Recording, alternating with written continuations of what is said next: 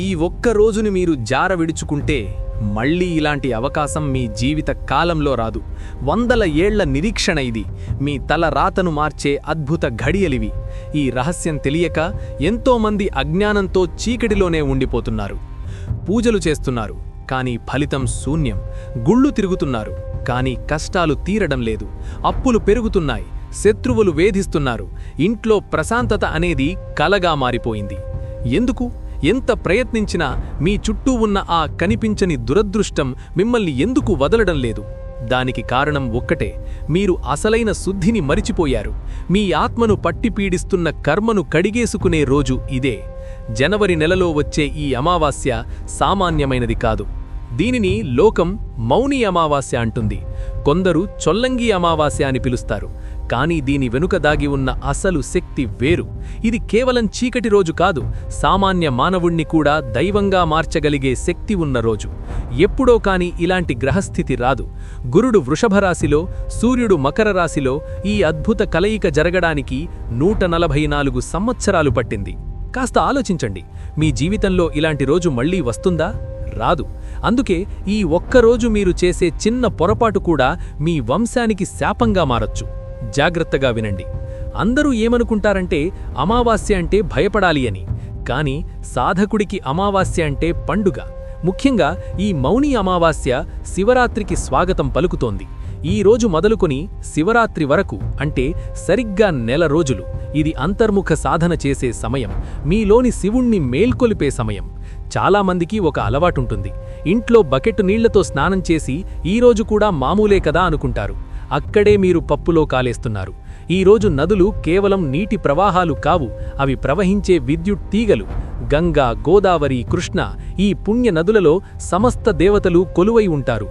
నదిలో మునిగినప్పుడు ఏం జరుగుతుందో తెలుసా? నీరు మీ శరీరాన్ని తాకడం కాదు, మీ ఆరాలో ఉన్న నలుపుని లాగేసుకుంటుంది. ఆ ప్రవాహంలో మీ పాపాలు కొట్టుకుపోతాయి. బకెట్టు నీళ్లలో ఆ శక్తి ఉండదు, అది కేవలం శరీరాన్ని శుభ్రం చేస్తుంది. కానీ నది మీ జన్మల కర్మను శుభ్రం చేస్తుంది. అందుబాటులో ఉంటే నదికి వెళ్ళండి, లేదంటే కనీసం చెరువులోనైనా మునగండి. కానీ బద్ధకించకండి. ముఖ్యంగా మన ఆడపడుచులకు ఒక మాట: మీ ఇల్లు లక్ష్మీదేవితో కళకళలాడారా? డబ్బు మంచినీళ్లలా ఖర్చయిపోతోందా? అయితే ఈరోజు మీరు చేయవలసింది పూజ కాదు, స్తోత్రాలు చదవడం కాదు, మౌనం. అవును, నోరు కట్టేసుకోండి. ఉదయం లేచిన దగ్గర నుండి సాయంత్రం వరకు ఒక్క మాట కూడా మాట్లాడకండి. శబ్దం శక్తిని చంపేస్తుంది, మౌనం శక్తిని పెంచుతుంది.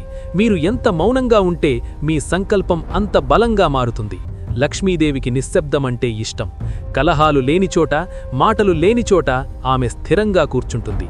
ఇంకొక చేదు నిజం చెప్పనా? మీ కష్టాలకు సగం కారణం మీ పితృదేవతల కన్నీళ్లు.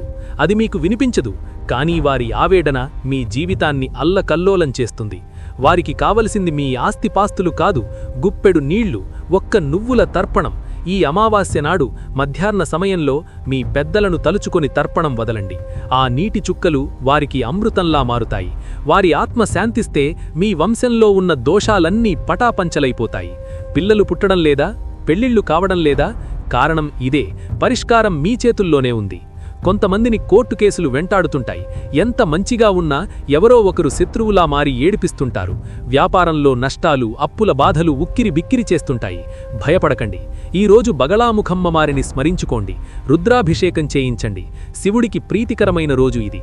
లయకారుడు కదా, మీ కష్టాలను లయం చేసేస్తాడు. మీ శత్రువుల నోళ్లు మూయించే శక్తి ఆ పూజకుంది. ఇది కుంభమేళా సమయం. ప్రయాగ్రాజ్లో గంగమ్మ ఉగ్ర రూపంతో ప్రవహిస్తోంది.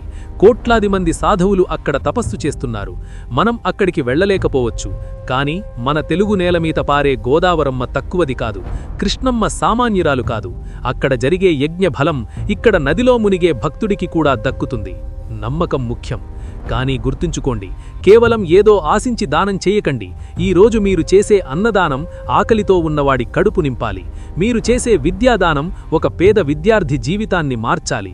పుణ్యమనేది మీరు కొనుక్కునే వస్తువు కాదు, అది త్యాగం నుంచి పుడుతుంది. మౌని అమావాస్య అంటే మనసుని చంపుకోవడం, కోరికలను అదుపులో పెట్టుకోవడం. ఈ ఒక్కరోజు మీరు గెలవగలిగితే రాబోయే ఏడాది మొత్తం విజయం మీ వెంటే ఉంటుంది. ఉదయాన్నే లేవండి, బ్రహ్మముహూర్తంలోనే స్నానమాచరించండి, సూర్యుడికి నమస్కరించండి. ఆ కిరణాలలో ఉన్న తేజస్సు మీ నుదుటి రాతను మార్చేస్తుంది. ఇన్నాళ్ళు బయట వెతికారు, సుఖం ఎక్కడ దొరుకుతుందా అని పాకులాడారు. డబ్బు కోసం, పదవుల కోసం పరుగెత్తారు. కానీ ప్రశాంతత దొరికిందా? లేదు. ఎందుకంటే మీరు లోపల వెతకడం మరిచిపోయారు. ఈ అమావాస్య చీకటి మీ అజ్ఞానాన్ని చీల్చెయ్యాలి. కళ్ళు మూసుకోండి. శివయ్య అని ఒక్కసారి ఆర్తిగా పిలవండి. ఆ పిలుపు నాభిలోంచి రావాలి. ఆ పిలుపులో మీ జన్మజన్మల పాపాలు కాలి బూడిదైపోవాలి. నదిలో మునిగినప్పుడు మీ పాత శరీరం కాదు, మీ పాత వ్యక్తిత్వం చచ్చిపోవాలి. నీటిలోంచి బయటకు వచ్చినప్పుడు మీరొక కొత్త మనిషిగా పుట్టాలి. అదే నిజమైన స్నానం, అదే నిజమైన ప్రాయశ్చిత్తం. మీ మనసు అనే పాత్ర ఖాళీగా ఉంటేనే దైవం అనే అమృతం నిండుతుంది.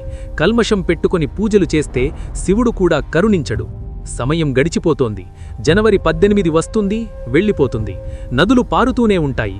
కాని ఆ నీటిలో ఉండే ఆ దివ్యమైన శక్తి మారుతుంది. ఈ రోజు మీరు తీసుకునే నిర్ణయం: మౌనంగా ఉంటారా, నదిని ఆశ్రయిస్తారా, పితృదేవతలను తృప్తిపరుస్తారా, లేక ఎప్పటిలాగే అజ్ఞానంతో, బద్ధకంతో ఈ అవకాశాన్ని కాలదన్నుకుంటారా? ఆలోచించుకోండి. మీ రాతను మీరే రాసుకోవాలి. ఎందుకంటే కాలం ఎవరికోసం ఆగదు. గడిచిన క్షణం మళ్ళీ తిరిగి రాదు.